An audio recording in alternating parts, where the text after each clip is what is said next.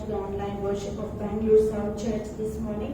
Even as we have gathered together to worship God on the first Sunday of this year, let us turn our Bibles to the book of Isaiah, chapter number 41, verse number 13, 14 and 15. ಈ ಬೆಳಗಿನ ಹೊತ್ತಾರೆಯಲ್ಲಿ ದೇವರನ್ನು ಆರಾಧಿಸುವುದಕ್ಕಾಗಿ ನಾವು ಸೇರಿಕೊಂಡು ಬಂದಿರುವಾಗ ಈ ವರ್ಷದ ಪ್ರಥಮ ಭಾನುವಾರದಂದು ನಮ್ಮ ಸತ್ಯವೇದಗಳನ್ನು ಯೆಶಾಯನ ಪ್ರವಾದನೆಯ ಗ್ರಂಥ 41ನೇ ಅಧ್ಯಾಯ 13, 14 ಮತ್ತು 15ನೇ ವಾಕ್ಯಗಳನ್ನು ನಾವು ಓದಿಕೊಳ್ಳೋಣ. The book of Isaiah, chapter number 41, verse 13, 14 and 15. I am the Lord your God who takes hold of your right hand and says to you, do not fear, I will help you. Do not be afraid, O worm Jacob, O little Israel, for I myself will help you, declares the Lord, your Redeemer, the Holy One of Israel. See, I will make you into a threshing sledge, new and sharp, with many teeth. You will thresh the mountains and crush them and reduce hills to chaff. Kannada Bible ಹೀಗೆ ಹೇಳುತ್ತೆ, ಯೆಶಾಯನ ಪ್ರವಾದನೆಯ ಗ್ರಂಥ 41ನೇ ಅಧ್ಯಾಯ 13ನೇ ವಾಕ್ಯದಿಂದ 15ನೇ ವಾಕ್ಯದವರೆಗೆ. ಏಕೆಂದರೆ ನಿನಗೆ ಸಹಾಯ ಮಾಡುತ್ತೇನೆಂದು ಹೇಳುವ ಯೆಹೋವನು ನಿನ್ನ ದೇವರು ಆಗಿರುವ ನಾನೇ ನಿನ್ನ ಕೈ ಹಿಡಿಯುತ್ತೇನಲ್ಲ. ಹುಳುವಾದ ಯಾಕೋಬೇ, ಇಸ್ರಾಯೇಲ್ ಜನವೇ, ಭಯಪಡಬೇಡ, ನಾನೇ ನಿನಗೆ ಸಹಾಯ ಮಾಡುತ್ತೇನೆಂದು ಯೆಹೋವನು ನಿನ್ನ ವಿಮೋಚಕನು ಇಸ್ರಾಯೇಲಿನ ಪರಿಶುದ್ಧನು ಹೇಳುತ್ತಾನಲ್ಲ. ಇಗೋ, ನಿನ್ನನ್ನು ಹದವಾದ ಹೊಸ ಮೊನೆ ಹಲ್ಲಿನ ಹಂತಿಕುಂಟೆಯನ್ನಾಗಿ ಮಾಡುವೆನು. ನೀನು ಬೆಟ್ಟಗಳನ್ನು ಹೊಕ್ಕು ಪುಡಿ ಪುಡಿ ಮಾಡಿ ಗುಡ್ಡಗಳನ್ನು ಹೊಟ್ಟಿನಂತೆ ಮಾಡುವೆ. ಹಲ್ಲೆಲೂಯಾ. ಸುಂದರವಾದಂಥ ದೇವರ ವಾಗ್ದಾನ ಇದಾಗಿರುತ್ತದೆ. ಇಸ್ರಾಯೇಲರಿಗೆ ದೇವರು ಇಂತೆನ್ನುವನಾಗಿದ್ದಾನೆ. This is a wonderful promise that God is giving to Jacob, to Israel. He is saying, I am the Lord your God who takes hold of your right hand and says to you, do not fear, I will help you. ಯೆಹೋವನು ಇಂತೆನ್ನುತ್ತಾನೆ, ನಾನೇ ನಿನಗೆ ಸಹಾಯ ಮಾಡುತ್ತೇನೆ. ಯೆಹೋವನಾದ ನಾನು ನಿನ್ನ ಬಲಗೈಯನ್ನು ಹಿಡಿದು ಮುನ್ನಡೆಸುವಂತ ದೇವರಾಗಿದ್ದೇನೆ. ಆದ್ದರಿಂದ ನೀನು ಭಯಪಡಬೇಡ. This coming year, as we have started off in worshiping God the first Sunday of this year, God is telling us, do not be afraid of whatever 2021 is going to have for you, because I am the Lord who is going to hold your hand and I am going to lead you. Hallelujah. ದೇವರು ಇಂತೆನ್ನುತ್ತಾನೆ, 2021ನೇ ಈ ವರ್ಷದಲ್ಲಿ ಯಾವ ವಿಷಯಕ್ಕೂ ನೀನು ಭಯಪಡುವುದು ಅಗತ್ಯ ಇಲ್ಲ. ಏನಕ್ಕಂದ್ರೆ ಎಲ್ಲಾ ವಿಷಯಗಳಲ್ಲಿ ನಾನು ತಾನೇ ನಿನ್ನ ಕೈ ಹಿಡಿದು ಮುನ್ನಡೆಸುವ ದೇವರಾಗಿದ್ದೇನೆ. Number 2, he is saying, you might be thinking you are very insignificant. Look at what the Lord says. Do not be afraid, O worm Jacob, O little Israel, for I myself will help you, declares the Lord, your Redeemer, the Holy One of Israel. ದೇವರು ಇಸ್ರಾಯೇಲ್ ಅನ್ನ ಹೇಗೆ ಕರೆಯುತ್ತಾರೆ ನೋಡಿ. ಈ ಬೆಳಗಿನ ಹೊತ್ತಾರೆಯಲ್ಲಿ ನೀವು ಅಂದುಕೊಳ್ಳುತ್ತಾ ಇರಬಹುದು, ನಾನು ಬಹಳ ಕನಿಷ್ಠ ಪಕ್ಷದವನಾಗಿದ್ದೇನೆ, ನನ್ನಲ್ಲಿ ಬಲವಿಲ್ಲೆಂಬುದಾಗಿ. ಆದರೆ ದೇವರು ಹೀಗೆ ಹೇಳುತ್ತಾನೆ, ಹುಳುವಾದ ಯಾಕೋಬೇ, ಇಸ್ರಾಯೇಲ್ ಜನವೇ, ಭಯಪಡಬೇಡ, ನಾನೇ ನಿನಗೆ ಸಹಾಯ ಮಾಡುತ್ತೇನೆ ಎಂಬುದಾಗಿ ಯೆಹೋವನು ನುಡಿಯುವನಾಗಿದ್ದಾನೆ. ಒಂದು ವೇಳೆ ನಿಮಗೆ ಅನ್ನಿಸುತ್ತಾ ಇದ್ದರೆ ನನ್ನ ಜೀವಿತವು ಹುಳುವಿಗೆ ಸಮಾನವಾಗಿದೆ, ಹುಳುವಿನ ಹಾಗೆ ನನ್ನಲ್ಲಿ ಅಷ್ಟೇ ಬಲವಿದೆ ಎಂಬುದಾಗಿ, ಆದರೂ ನೀವು ಚಿಂತೆ ಮಾಡುವ ಅಗತ್ಯವಿಲ್ಲ, ಭಯಪಡುವುದು ಅಗತ್ಯವಿಲ್ಲ. ಏನಕ್ಕಂದ್ರೆ ನಿಮ್ಮ ಎಲ್ಲಾ ಕಷ್ಟ ಪರಿಸ್ಥಿತಿಗಳಲ್ಲಿ ಯೆಹೋವನೇ ನಿಮಗೆ ಸಹಾಯ ಮಾಡುವನಾಗಿದ್ದಾನೆ. You might think, I am just a worm. What will a worm do? It can only get in through one place and get out to another place. That's all it can do. But God says, even if you think you are a worm, you trust in me for all those difficulties, because I am going to take care of you.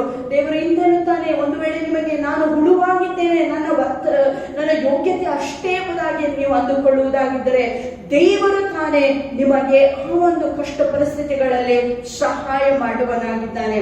And number 3, look at what he says, I will make you into a threshing sledge, new and sharp with many teeth. ದೇವರು ಇಂತೆನ್ನುತ್ತಾನೆ, ನಾನು ನಿಮ್ಮನ್ನು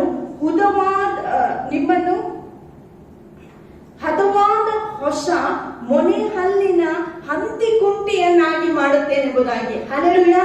This is what God is going to do.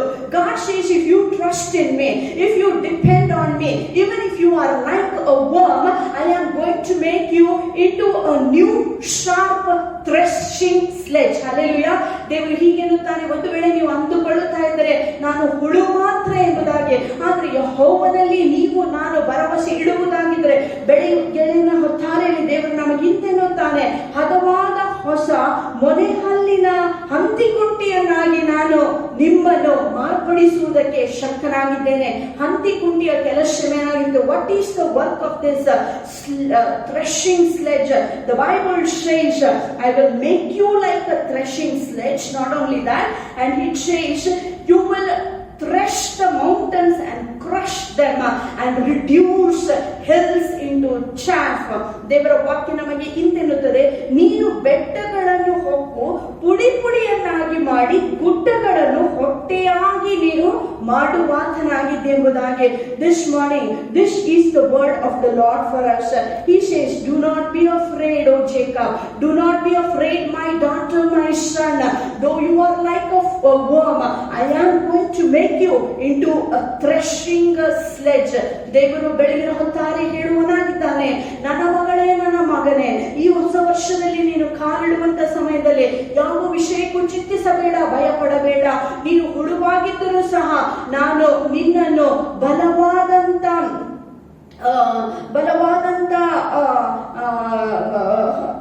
ಬಲವಾದಂತ ಮೊನೆಹಲ್ಲಿನ ಹಂತಿ ಕೊಂಟೆಯಾಗಿ ನಾನು ನಿನ್ನನ್ನು ಮಾರ್ಪಡಿಸುತ್ತೇನೆ ಎಂಬುದಾಗಿ ದೇವರು ಹೇಳುತ್ತಾನೆ. ಅಷ್ಟು ಮಾತ್ರವಲ್ಲದೆ, God says, you are going to crush many mountains and reduce them into chaff. Whatever may be those difficulties ahead of you, whatever may be those challenges ahead of you, when you trust in the Lord, when you receive His help on daily basis, the Bible says that you will crush every mountains that are ahead of you, and that you will walk on level ground. ಬೆಳಗಿನ ಹೊತ್ತಾರೆಯಲ್ಲಿ ಬೆಟ್ಟದ ಹಾಗೆ ಸಮಸ್ಯೆಗಳು ನಿಮ್ಮ ಎದುರಿಗೆ ದೊಡ್ಡದಾಗಿ ನಿಂತಿರುವಾಗ ಚಿಂತೆ ಮಾಡುವ ಅಗತ್ಯವಿಲ್ಲ. ಯಾಕಂದ್ರೆ ಯೆಹೋವನ ಬಲದಿಂದ ಆ ಎಲ್ಲ ದೊಡ್ಡ ಬೆಟ್ಟ ಗುಡ್ಡಗಳನ್ನು ನೀವು ಹೊಟ್ಟಿನಂತೆ ನೆಲಸಮ ಮಾಡುವುದಕ್ಕೆ ಶಕ್ತರಾಗಿರುತ್ತೀರೆಂಬುದಾಗಿ ನಾವು ದೇವರಲ್ಲಿ ಬೆಳಗಿನ ಹೊತ್ತಾರೆಯಲ್ಲಿ ಆತನನ್ನೇ ಆರಾಧಿಸುವಾಗ ಕರ್ತನಲ್ಲಿ ಬೇಡಿಕೊಳ್ಳೋಣ. ಕರ್ತನೆ, ಹೊಸ ವರ್ಷದಲ್ಲಿ ನಾವು ಕಾಲಿಟ್ಟಿರುವಾಗ ದಿನ ಪ್ರತಿ ನಿನ್ನ ಸಹಾಯವು ಅಪ್ಪ ನಮ್ಮ ಪಾಲಾಗಿರಲಿ. ಆತ್ಮ ಪ್ರಿಯನೇ, ನೀನು ತಾನೇ ನಮ್ಮನ್ನು ಮುನ್ನಡೆಸು, ನಿನ್ನ ಕೃಪೆ ಕರುಣೆಗಳಿಂದ ನಮ್ಮನ್ನು ತುಂಬಿಸೆಂಬುದಾಗಿ ನಾವು ದೇವರಲ್ಲಿ ಬೇಡಿಕೊಳ್ಳೋಣ.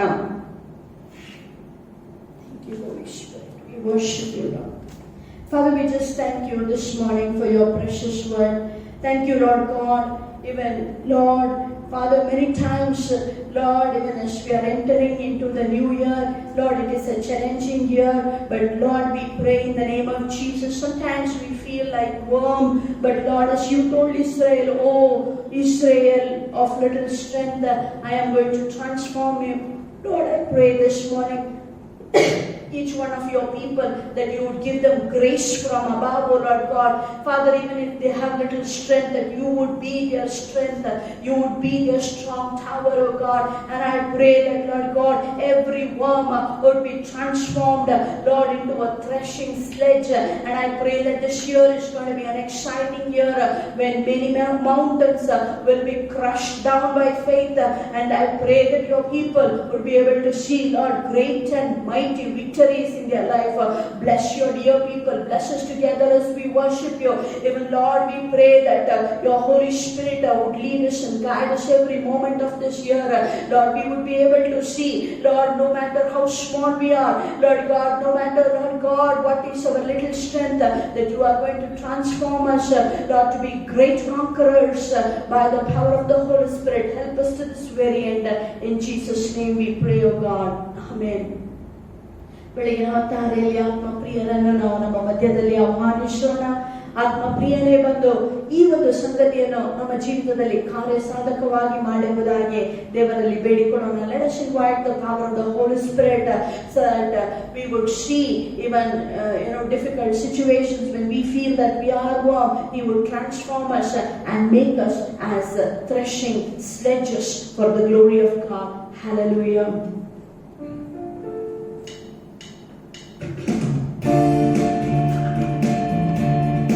ಆತ್ಮಪ್ರಿಯನೇ ಬೇಗ ಬನ್ನಿರಿ, ನನ್ನ ಹೃದಯ ತುಂಬ ಬನ್ನಿರಿ. ಆತ್ಮಪ್ರಿಯನೇ ಬೇಗ ಬನ್ನಿರಿ, ನನ್ನ ಹೃದಯ ತುಂಬ ಬನ್ನಿರಿ. ದೇವವ ಬಿಡಿಸಿ ರೋಗವ ನೀಡುವ ಬಲವೇ ಪಾಯ.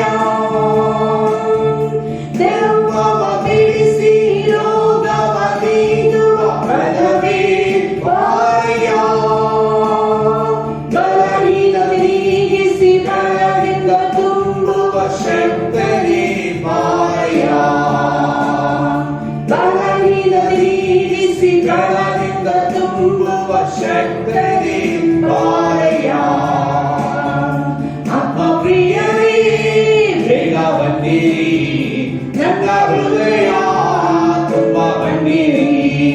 ಆತ್ಮಪ್ರಿಯನೇ ಬೇಗ ಬನ್ನಿರಿ, ನನ್ನ ಹೃದಯ ತುಂಬ ಬನ್ನಿರಿ. ಸಂದೇಶವಾಗಲಿ ಪರಿಶುದ್ಧ ಆತ್ಮನೇ ಈಗಲೇ ಬಾರೆಯ. ಸಂದೇಶವಾಗಲಿ ಪರಿಶುದ್ಧ ಆತ್ಮನೇ ಈಗಲೇ ಬಾರೆಯ. ಪ್ರೀತಿಯ ನೀಡಿ ಚೈತನ್ಯಗೊಳಿಸುವ ಆತ್ಮನೇ ಬಾರೆಯ. ಪ್ರೀತಿಯ ನೀಡಿ ಚೈತನ್ಯಗೊಳಿಸುವ ಆತ್ಮನೇ ಬಾರೆಯ. ಆತ್ಮಪ್ರಿಯನೇ ಬೇಗ ಬನ್ನಿರಿ, ನನ್ನ ಹೃದಯ ತುಂಬ ಬನ್ನಿರಿ. ಆತ್ಮಪ್ರಿಯನೇ ಬೇಗ ಬನ್ನಿರಿ, ನನ್ನ ಹೃದಯ ತುಂಬ ಬನ್ನಿರಿ. ವರಗಳ ತಂದು ಬಾಳ ಬೆಳಗುವ ಆತ್ಮನೇ ಬಾರೆಯ. ವರಗಳ ತಂದು ಬಾಳ ಬೆಳಗುವ ಆತ್ಮನೇ ಬಾರೆಯ. ವರಗಳ ನೀಡಿ ಗಾಯವ ಕಟ್ಟುವ ಕರುಣೆಯೇ ಬಾರೆಯ. ವರಗಳ ನೀಡಿ ಗಾಯವ ಕಟ್ಟುವ ಕರುಣೆಯೇ ಬಾರೆಯ. ಆತ್ಮಪ್ರಿಯನೇ ಬೇಗ ಬನ್ನಿರಿ, ನನ್ನ ಹೃದಯ ತುಂಬ ಬನ್ನಿರಿ. ಆತ್ಮಪ್ರಿಯನೇ ಬೇಗ ಬನ್ನಿರಿ, ನನ್ನ ಹೃದಯ ತುಂಬ ಬನ್ನಿರಿ. ಸ್ವಭಾವ ಬದಲಿಸಿ ಕೋಪವ ನೀಡುವ ಶಾಂತನೇ ಬಾರೆಯ. ಸ್ವಭಾವ ಬದಲಿಸಿ ಕೋಪವ ನೀಡುವ ಶಾಂತನೇ ಬಾರೆಯ. ಪಾಪವ ತೊಳೆದು ಪರಿಶುದ್ಧಗೊಳಿಸುವ ಪರಮನೇ ಬಾರೆಯ. ಪಾಪವ ತೊಳೆದು ಪರಿಶುದ್ಧಗೊಳಿಸುವ ಪರಮನೇ ಬಾರೆಯ. ಆತ್ಮಪ್ರಿಯನೇ ಬೇಗ ಬನ್ನಿರಿ, ನನ್ನ ಹೃದಯ ತುಂಬ ಬನ್ನಿರಿ. ಆತ್ಮಪ್ರಿಯನೇ ಬೇಗ ಬನ್ನಿರಿ, ನನ್ನ ಹೃದಯ ತುಂಬ ಬನ್ನಿರಿ. ದೇವ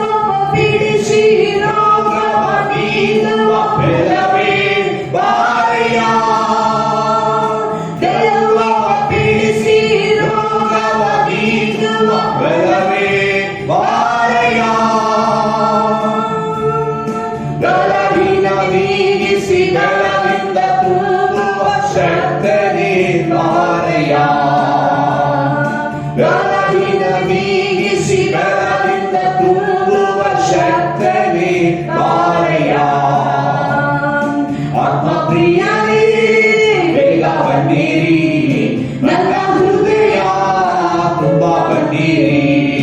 ಆತ್ಮ ಪ್ರಿಯನೇ ಬೇಗ ಬನ್ನಿರಿ, ನನ್ನ ಹೃದಯ ತುಂಬಾ ಬನ್ನಿರಿ. ಆತ್ಮ ಪ್ರಿಯನೇ ಬೇಗ ಬನ್ನಿರಿ, ನನ್ನ ಹೃದಯ ತುಂಬಾ ಬನ್ನಿರಿ. ಆತ್ಮ ಪ್ರಿಯನೇ, ನಿನ್ನಲ್ಲಿ ನಾವು ಬೇಡಿಕೊಳ್ಳುತ್ತೇವೆ ಕರ್ತನೆ. ಈ ಬೆಳಗಿನ ಹೊತ್ತಾರೆಯಲ್ಲಿ ಕರ್ತನೆ, ನಿನ್ನ ಮಕ್ಕಳ ಎಲ್ಲಾ ಬಲಹೀನತೆಯನ್ನು ನೀಗಿಸಿ ಸ್ವಾಮಿ, ಹೊಸ ಬಲದಿಂದ ಪ್ರತಿಯೊಬ್ಬರನ್ನು ತುಂಬಬೇಕೆಂಬುದಾಗಿ ಬೇಡಿಕೊಳ್ಳುತ್ತೇವೆ. ನಿನ್ನ ವಾಕ್ಯಾನುಸಾರವಾಗಿ ಹುಳುವಾದ ನಮ್ಮನ್ನು ಸ್ವಾಮಿ ಕರ್ತನೆ, ಹಲವಾದಂತ ಕರ್ತನೆ ಕರ್ತನೆ ಕರ್ತನೆ ಕರ್ತನೆ ಸಾಧನೆಗಳಾಗಿ ನಿನ್ನ ರಾಜ್ಯದ ಮಹಿಮೆಗಾಗಿ ಉಪಯೋಗಿಸಬೇಕೆಂಬುದಾಗಿ ನಾವು ಬೇಡಿಕೊಳ್ಳುತ್ತೇವೆ. ನಿನ್ನಿಂದೆಲ್ಲ ಸಾಧ್ಯವಾದದ್ದೊಂದು ಇಲ್ಲ ಕರ್ತನೆ. ಪ್ರತಿಯೊಬ್ಬರ ಜೀವಿತಗಳಿಂದ ಭಯವನ್ನು ತೆಗೆದು ಹಾಕಿ ಕರ್ತನೆ, ಭರವಸೆಯಿಂದ ನೀನು ಪ್ರತಿಯೊಬ್ಬರನ್ನು ತುಂಬಿಸಬೇಕೆಂಬುದಾಗಿ ಬೇಡಿಕೊಳ್ಳುತ್ತೇವೆ. ಈ ಹೊಸ ವರ್ಷದಲ್ಲಿ ಅವರು ಕಾಲಿಡುವಾಗ ಕರ್ತನೆ, ಅನೇಕ ಪರ್ವತದಂತ ಸಮಸ್ಯೆಗಳು ಅದು ನೆನಶ್ರಮವಾಗಲೇ ಕರ್ತನೆ, ಅನೇಕ ಸವಾಲುಗಳು ಕರ್ತನೆ ಕರ್ತನೆ ಗುಡ್ಡದ ಹಾಗೆ ಅವರ ಮುಂದೆ ಎದುರು ನಿಂತಿರುವಾಗ ನೀನು ತಾನೇ ನಿನ್ನ ಆತ್ಮನ ಬಲದಿಂದ ಸ್ವಾಮಿ ಎಲ್ಲಾ ಕರ್ತನೆ ಸವಾಲುಗಳನ್ನು ಕರ್ತನೆ ಕರ್ತನೆ ತೆಗೆದು ಹಾಕಿ ಸ್ವಾಮಿ ಪ್ರತಿಯೊಬ್ಬರಿಗೆ ಜಯವನ್ನು ಅನುಗ್ರಹಿಸಿ ಕೊಡಬೇಕೆಂಬುದಾಗಿ ಆತ್ಮ ಪ್ರಿಯನಾದ ನನ್ನ ದೇವರೇ ನಾವು ನಿನ್ನಲ್ಲಿ ಬೇಡಿಕೊಳ್ಳುತ್ತೇವೆ ಯೇಸುವೇ. Hallelujah hallelujah. ಬೆಳಗಿನ ಹೊತ್ತಾರೆಯಲ್ಲಿ ನಾವು ಈ ಒಂದು ಹೊಸ ವರ್ಷದಲ್ಲಿ ಕಾಲಿಡುವಂತ ವೇಳೆಯಲ್ಲಿ ಪ್ರತಿಯೊಂದು ದಿನವೂ ಪ್ರತಿಯೊಂದು ಭಾನುವಾರವೂ ಕರ್ತನಿಗೆ ಹೇಳೋಣ, ನಿನ್ನೊಂದಿಗಿರುವುದೇ ನನ್ನ ಅಂತರ್ಯದ ಆಶೆ, ನಿನ್ನ ಚಿತ್ತ ಮಾಡುವುದೇ ನನ್ನ ಹೃದಯದ ಹಂಬಲಿಕೆ ಎಂಬುದಾಗಿ ಯೇಸು ಸ್ವಾಮಿಗೆ ಹೇಳೋಣ. ಬರುವಂತ ಪ್ರತಿಯೊಂದು ದಿನಗಳು, ಈ ವರ್ಷದ ಪ್ರತಿಯೊಂದು ದಿನಗಳು ನಾವು ಆತನ ಬಲವನ್ನು ಹೊಂದಿಕೊಂಡು ನಾವು ಬಲದಿಂದ ಬಲಕ್ಕೆ ಅನೇಕ ವಿಶೇಷವಾದಂತ ಸಂಗತಿಗಳನ್ನು ಕರ್ತನಿಗಾಗಿ ಮಾಡುವುದಕ್ಕೆ ದೇವರು ತಾನೇ ನಮ್ಮೆಲ್ಲರಿಗೆ ಸಹಾಯ ಮಾಡಲಿ.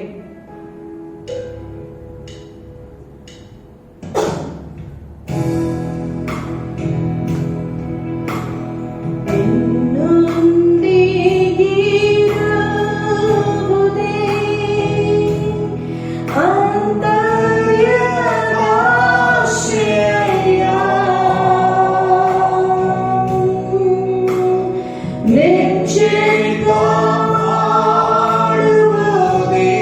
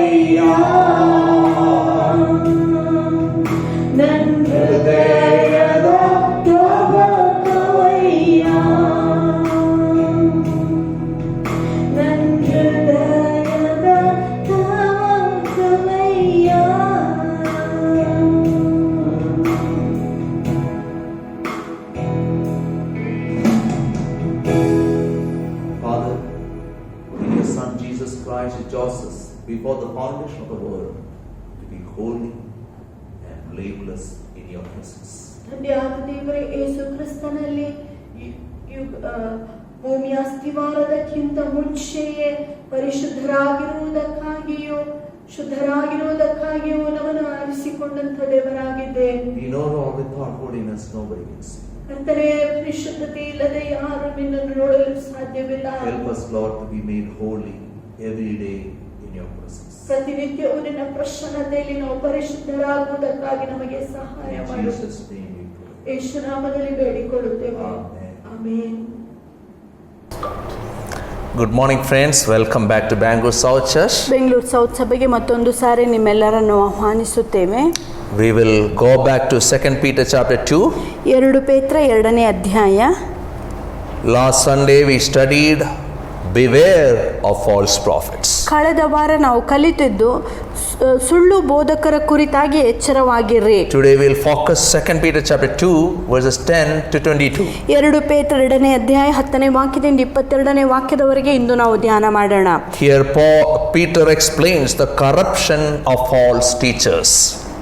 ಸುಳ್ಳು ಬೋಧಕರ ಭ್ರಷ್ಟಾಚಾರವನ್ನು ಇಲ್ಲಿ ಪೇತ್ರನು ತೋರಿಸುವಾತನಾಗಿದ್ದಾನೆ. Verse 10. 10ನೇ ವಾಕ್ಯ. This is especially true of those who follow the corrupt desires of sinful nature and despise authority. ಆದರೆ ಮುಖ್ಯವಾಗಿ ಬಂಡುತನದ ದುರಾಶೆಯಲ್ಲಿ ಶರೀರಾನುಸಾರ ನಡೆದು ಪ್ರಭುತ್ವಗಳನ್ನು ತಿರಸ್ಕಾರ ಮಾಡುವರು, ಹೀಗೆ ಶಿಕ್ಷಿಸುವನು. Peter made it very clear in the first chapter that by being in Jesus Christ we participate in the divine nature and escape the corruption in the world caused by evil desires. ಪೇತ್ರನು ಆಗಲೇ ನಮಗೆ ಸ್ಪಷ್ಟೀಕರಿಸಿದ್ದಾನೆ, ನಾವು ಯೇಸು ಕ್ರಿಸ್ತನಲ್ಲಿ ಬಂದಾಗ ಆತನ ದೈವಿಕವಾದಂಥ ಸ್ವಭಾವಗಳಲ್ಲಿ ಪಾಲ್ಗೊಳ್ಳುವುದರ ಮುಖಾಂತರ ನಾವು ಲೋಕದಿಂದ ಬರುವಂಥ ಎಲ್ಲ ಕಲ್ಮಶೆಗಳನ್ನು ತಳ್ಳಿ ಹಾಕಿ ಎಲ್ಲ ಕೆಟ್ಟತನವನ್ನು ಜಯಿಸುವರಾಗಿರಬೇಕೆಂಬುದಾಗಿ. Verse 20 he highlights the same thing.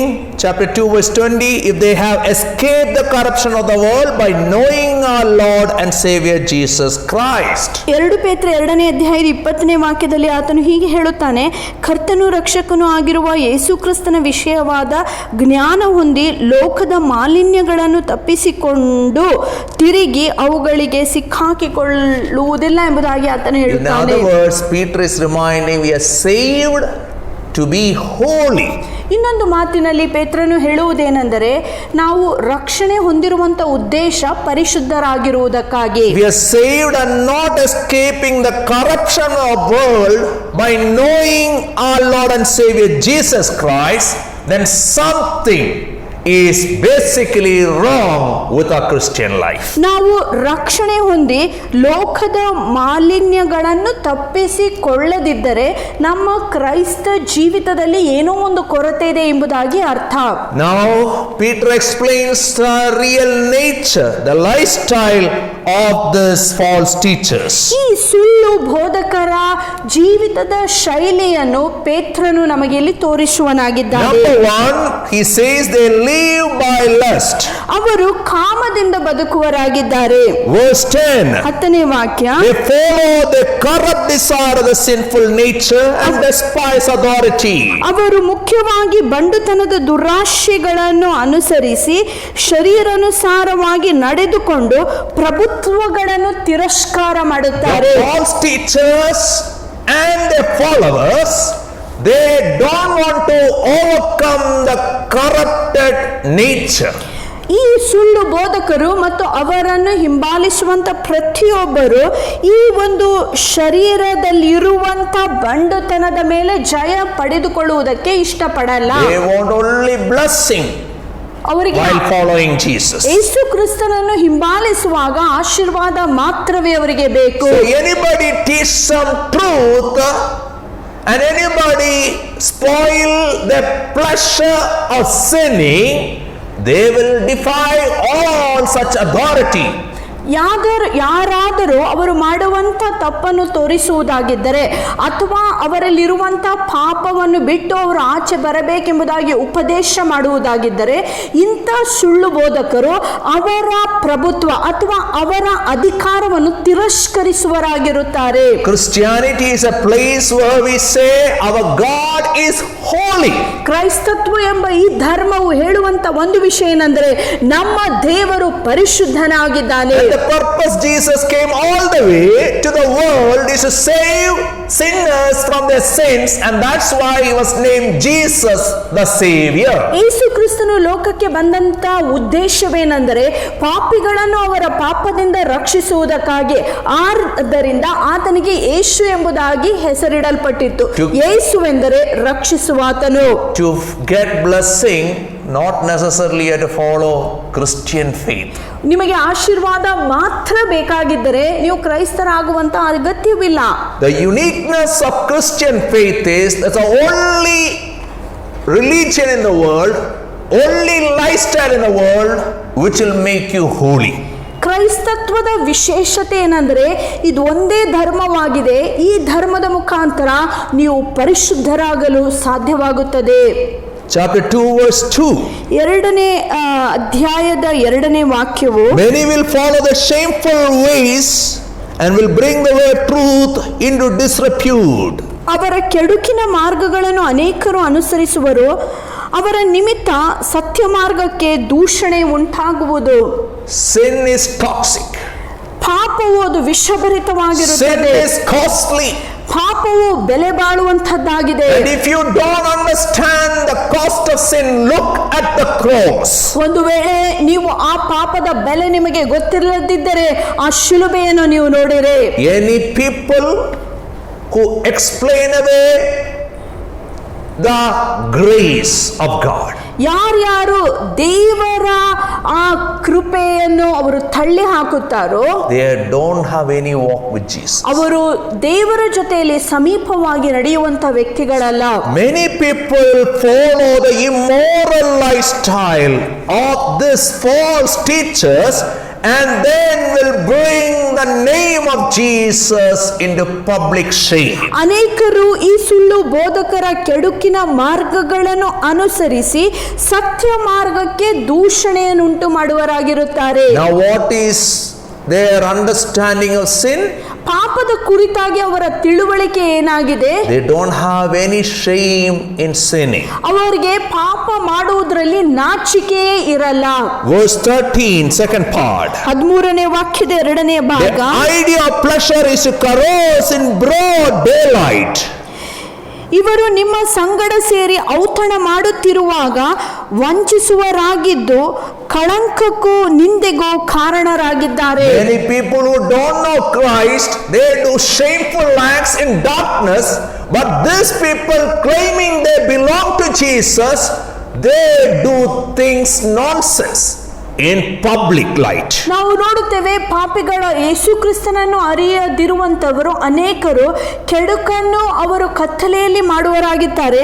ಆದರೆ ಇವರಾದರೂ ಕ್ರಿಸ್ತನನ್ನು ಅರಿತುಕೊಂಡ ನಂತರ ದಿನದಲ್ಲಿಯೇ ಅವರು ಅನೇಕ ಕೆಟ್ಟ ಸಂಗತಿಗಳನ್ನು ಮಾಡುವರಾಗಿರುತ್ತಾರೆ. Verse 13 continues like this: their blots and blemishes, reveling in their pleasures while they feast with you. ಇವರು ನಿಮ್ಮ ಸಂಗಡ ಸೇರಿ ಔತಣ ಮಾಡುತ್ತಿರುವಾಗ ವಂಚಕರಾಗಿದ್ದು ಕಳಂಕಕ್ಕೂ ನಿಂದೆಗೂ ಕಾರಣರಾಗಿದ್ದಾರೆ. They are like blots and blemishes in a white sheet of paper. ನಾವು ನೋಡುತ್ತೇವೆ ಒಂದು ಬಿಳಿ ಹಾಳೆಯಲ್ಲಿ ಒಂದು ಕಳಂಕ ಅಥವಾ ಒಂದು ಕೊಳೆಯ ಹಾಗೆ ಅವರಿದ್ದಾರೆ. Outside world will say Christian life is supposed to be white paper, but outside people's eyes get fixed on the blemishes and blots. ಇತರರು ಅವರ ಜೀವಿತವನ್ನು ನೋಡುವಾಗ ಅವರು ಇಂತೆನ್ನುತ್ತಾರೆ, ಕ್ರೈಸ್ತ ಜೀವಿತ ಎಂಬುದಾಗಿ ಹೇಳುವಾಗ ಬಿಳಿಯ ಹಾಳೆ ಹಾಗೆ ಅದು ಶುದ್ಧವಾಗಿರಬೇಕೆಂಬುದಾಗಿ. ಆದರೆ ಹೊರಗಿನ ಜನರೆಲ್ಲ ಇವರ ಜೀವಿತಗಳನ್ನು ನೋಡುವಾಗ ಅದು ಕಳಂಕದಿಂದ ಹೊಲೆಯಿಂದ ತುಂಬಲ್ಪಟ್ಟಂತಹ ಜೀವವಾಗಿದೆ. They have a form of godliness, but they deny the sin overcoming power of godliness. ಅವರಲ್ಲಿ ಭಕ್ತಿ ವೇಷ ಇದ್ದರೂ ಸಹ ಪಾಪವನ್ನು ಜಯಿಸುವಂತ ದೇವರ ಶಕ್ತಿಯನ್ನು ಅವರು ತಿರಸ್ಕರಿಸುತ್ತಾರೆ. Verse 14. 14ನೇ With ವಾಕ್ಯ, eyes full of adultery, they never stop sinning. They seduce the unstable. ಇವರು ಜಾರತ್ವದಿಂದ ತುಂಬಿದ ಮತ್ತು ಪಾಪದ ಬಿಡಲೊಲ್ಲದ ಕಣ್ಣುಗಳುಳ್ಳವರು ಚಪಲ ಚಿತ್ತರನ್ನು ಮರಳುಗೊಳಿಸುತ್ತಾ ಲೋಭದಲ್ಲಿ ತೇರ್ಗಡೆ ಹೊಂದಿ ಹೃದಯವುಳ್ಳವರು ಶಾಪದ ಮಕ್ಕಳು ಆಗಿದ್ದಾರೆ. Always driven by lust. ಅವರು ಯಾವಾಗಲೂ ಕಾಮದಿಂದ ಚಲಿಸಲ್ಪಡುವಂತ looks. ಅವರು ತಪ್ಪಾದಂತ ನೋಟಕ್ಕಾಗಿ ಅವರು ತಿಳಿಯಲ್ಪಟ್ಟಿದ್ದಾರೆ. So number one, they live by lust. ಮೊದಲನೆಯದಾಗಿ ಅವರು ಕಾಮದಿಂದ ಬದುಕುವವರಾಗಿದ್ದಾರೆ. Number two, ಎರಡನೆಯದಾಗಿ they are experts in greed. ದುರಾಶೆಯಲ್ಲಿ ಅವರು ತಜ್ಞರಾಗಿದ್ದಾರೆ. 14 last part, 14ನೇ ವಾಕ್ಯದ they are ಕೊನೆಯ experts ಭಾಗ. in greed and accursed brood. ಅವರು ದುರಾಶೆಯಲ್ಲಿ ನಿಪುಣರಾದಂತಹ ವ್ಯಕ್ತಿಗಳು, ಲೋಭಗಳಲ್ಲಿ ತೇರ್ಗಡೆ ಹೊಂದಿದವರಾಗಿದ್ದಾರೆ. Verse 3, ಮೂರನೇ in their ವಾಕ್ಯ, greed these teachers will exploit you with stories they are made up. ಅವರು ದ್ರವ್ಯಾಶೆ ಉಳ್ಳವರಾಗಿ ಕಲ್ಪನೆಯ ಮಾತುಗಳನ್ನು ಹೇಳುತ್ತಾ ನಿಮ್ಮಿಂದ ಲಾಭಗಳನ್ನು ಸಂಪಾದಿಸಬೇಕೆಂಬುದವರಾಗಿದ್ದಾರೆ. They will use cook up stories somehow to book you and hook you and use and exploit you. ಅವರು ಕಾಲ್ಪನಿಕ ಕಥೆಗಳ ಮುಖಾಂತರ ತಮ್ಮ ದುರಾಶೆಯನ್ನು ಈಡೇರಿಸುವುದಕ್ಕಾಗಿ ಜನರನ್ನು ವಂಚಿಸುತ್ತಾರೆ. Verse 15, 15ನೇ ವಾಕ್ಯ, they left the straight way and wandered off to follow the way of Balaam son of Beor, who loved the wages of wickedness. ಇವರು ನೇರವಾದ ಮಾರ್ಗವನ್ನು ಬಿಟ್ಟು ಬೀರೋನಿನ ಮಗನಾದ ಬಿಳಾಮನ ಮಾರ್ಗವನ್ನು ಹಿಡಿದು ತಪ್ಪಿ ಹೋಗಿದ್ದಾರೆ. ಈ ಬಿಳಾಮನ ಅನೀತಿಯಿಂದ ದೊರಕಿಸುವ ಸಂಬಳವನ್ನು ಪ್ರೀತಿಸಿದನು. Balaam was a false prophet. ಬಿಳಾಮನು ಆತನು ಒಬ್ಬ ಸುಳ್ಳ ಪ್ರವಾದಿಯಾಗಿದ್ದರು. The king of Moab took his counsel and asked him to curse the people of Israel. ಮೋವಾಬರ ಅರಸನು ಈತನ ಸಹಾಯವನ್ನು ಪಡೆದುಕೊಂಡು ಇಸ್ರಾಯೇಲ್ ಜನರನ್ನು ಶಪಿಸಬೇಕೆಂಬುದಾಗಿ ಹೇಳುತ್ತಾನೆ. The Moabites are product of incest in Lot's family. ನಾವು ನೋಡುತ್ತೇವೆ, ಅನೀತಿಯುಳ್ಳ ಸಂಬಂಧದಿಂದ ಲೋಟನ ಕುಟುಂಬದಿಂದ ಹುಟ್ಟಿ ಬಂದಂತ ಜನಾಂಗವೇ ಮೋವಾಬ್ಯದವರಾಗಿದ್ದರು. Midianites also is brought up in the family of Abraham, but they never lived the faith of Abraham. ಮಿದ್ಯಾನ ಕುಲದವರು ಅಬ್ರಹಾಮನ ವಂಶಕ್ಕೆ ಸೇರಿದ್ದರು, ಅವರು ಅಬ್ರಹಾಮನ ಆ ನಂಬಿಕೆಯನ್ನು ಹೊಂದಿಕೊಂಡಿರಲಿಲ್ಲ. Moabites and Midianites, they honored Balaam as their prophet. ನಾವು ನೋಡ್ತೇವೆ, ಮಿದ್ಯಾನದ ಜನರು, ಮೋವಾಬದ ಜನರು ಈ ಬಿಳಾಮನನ್ನು ತಮ್ಮ ಸ್ವಂತ ಪ್ರವಾದಿ ಎಂಬುದಾಗಿ ಅವರು ಗೌರವಿಸುತ್ತಿದ್ದರು. Balaam used horoscope, he used witchcraft, he used to bless people, he should predict their future. But when he was invited and when he was hired by the king of Moab to curse Israel, he discovered no curse will be effective for the chosen people of God. ನಾವು ನೋಡುತ್ತೇವೆ, ಈ ಬಿಳಾಮನ್ ಎಂಬಾತನು ಭವಿಷ್ಯದ ವಾಣಿಯನ್ನು ಹೇಳುವುದಕ್ಕಾಗಿ ಮಾಟಮಂತ್ರವನ್ನು, ಜ್ಯೋತಿಷ್ಯವನ್ನು ಉಪಯೋಗಿಸುವಂತ ವ್ಯಕ್ತಿಯಾಗಿದ್ದನು.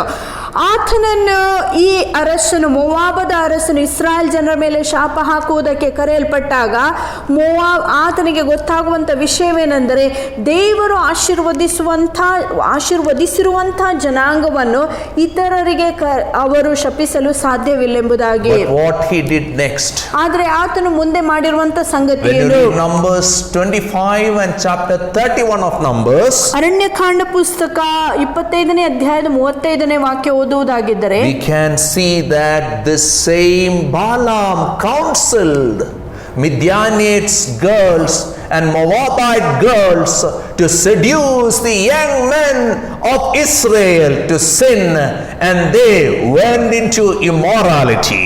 ಬಿಳಾಮನ್ ಎಂಬಾತನು ಮೋವಾಬ್ಯ ಸ್ತ್ರೀಯರು ಮತ್ತು ಮಿದ್ಯಾನ ಸ್ತ್ರೀಯರಿಗೆ ಹೀಗೆ ಹೇಳುತ್ತಾನೆ, ನೀವು ಹೋಗಿ ಇಸ್ರಾಯೇಲ್ ದೇಶದಲ್ಲಿರುವಂಥ ಎಲ್ಲ ಜನರನ್ನು ಮರಳು ಮಾಡುವುದಕ್ಕೆ ನಿಮಗೆ ಸಾಧ್ಯವಾಗುವುದಾಗಿದ್ದರೆ ಅನೀತಿಯುಳ್ಳ ಜೀವಿತದ ಮುಖಾಂತರ ಅಲ್ಲಿ ಅವರನ್ನು ಶಾಪ ಹಾಕಲು ಸಾಧ್ಯವಾಗುತ್ತದೆ. In God's judgment, Balaam was killed. ದೇವರ ನ್ಯಾಯ ತೀರ್ಪು ಬಂದಾಗ ಬೀಳಾಮನು ಸತ್ತು ಹೋದನು. Not only Balaam was killed, ಬೀಳಾಮನು ಸಾಯೋದು ಮಾತ್ರವಲ್ಲ, 24,000 people died. ಆ ದಿನದಂದು 24,000 ಜನರು ಸತ್ತು ಹೋದರು. Not only people of Israel were killed. Israel ಜನರು ಮಾತ್ರ ಅಂದು ಸಾಯಲಿಲ್ಲ. The Moabite girls and Midianite girls who involved in nonsense, they also were killed. ಮೋವಾಬ್ಯ ಮತ್ತು ಮಿದ್ಯಾನ ಸ್ತ್ರೀಯರು ಯಾರ್ಯಾರು ಅನೀತಿಯುಳ್ಳ ಜೀವಿತದಲ್ಲಿ ಪಾಲ್ಗೊಂಡರೋ ಅವರೆಲ್ಲರೂ ಸತ್ತು ಹೋದರು. While Zimri, the leader's son, and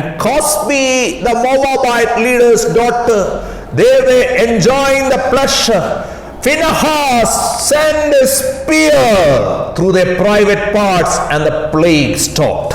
ನಾವು ನೋಡುತ್ತೇವೆ ಆ ದಿನದಂದು ಜಿಮ್ರಿ ಮತ್ತು ಮೋವಾಬದ ಒಂದು ಸ್ತ್ರೀ ಅವರು ಒಂದು ಅನೀತಿಯುಳ್ಳ ಜೀವಿತವನ್ನು ಜೀವಿಸಿ ಅವರು ತಮ್ಮ ಲೈಂಗಿಕ ಸಂಬಂಧವನ್ನು ಆನಂದಿಸುತ್ತಿರುವಾಗ ಫಿನ್ಯಾಸ್ ಎಂಬಾತನು ಬಂದು ಆತನು ಬರ್ಜಿಯಿಂದ ಅವರಿಬ್ಬರನ್ನು ಕೊಂದು ಹಾಕುತ್ತಾನೆ. In other words, ಇನ್ನೊಂದು ಮಾತಿನಲ್ಲಿ ಹೇಳುವುದಾದರೆ, prophets are like Balaam. ಈ ಸುಳ್ಳು ಪ್ರವಾದಿಗಳು ಅವರು ಬೀಳಾಮನ ಹಾಗಿದ್ದಾರೆ. They will bring down the standards of God's word, ದೇವರ ವಾಕ್ಯದ ಮೌಲ್ಯಗಳನ್ನು ಅವರು ಕೆಳಗೆ ಹಾಕುತ್ತಾರೆ, and help people to enjoy pleasures, the forbidden pleasures of the world. ಮಾಡಬಾರದಂತ ಆನಂದಿಸಬಾರದಂತ ಲೌಕಿಕವಾದ ಸಂಗತಿಗಳನ್ನು ಅವರು ಆನಂದಿಸಲು They are ಆರಂಭಿಸುತ್ತಾರೆ. there to reduce your guilt. ಅವರು ನಿಮ್ಮಲ್ಲಿರುವಂತಹ ಅಪರಾಧ ಮನೋಭಾವನೆಯನ್ನು ತೆಗೆದು ಹಾಕುವುದಕ್ಕಿದ್ದಾರೆ. Like Balaam, that people who follow the false prophets, ಯಾರ್ಯಾರು ಈ ಸುಳ್ಳು ಬೋಧಕರನ್ನು ಅನುಸರಿಸುತ್ತಾರೋ ಅವರು ಬೀಳಾಮನ the ಆಗಿದ್ದಾರೆ. false prophets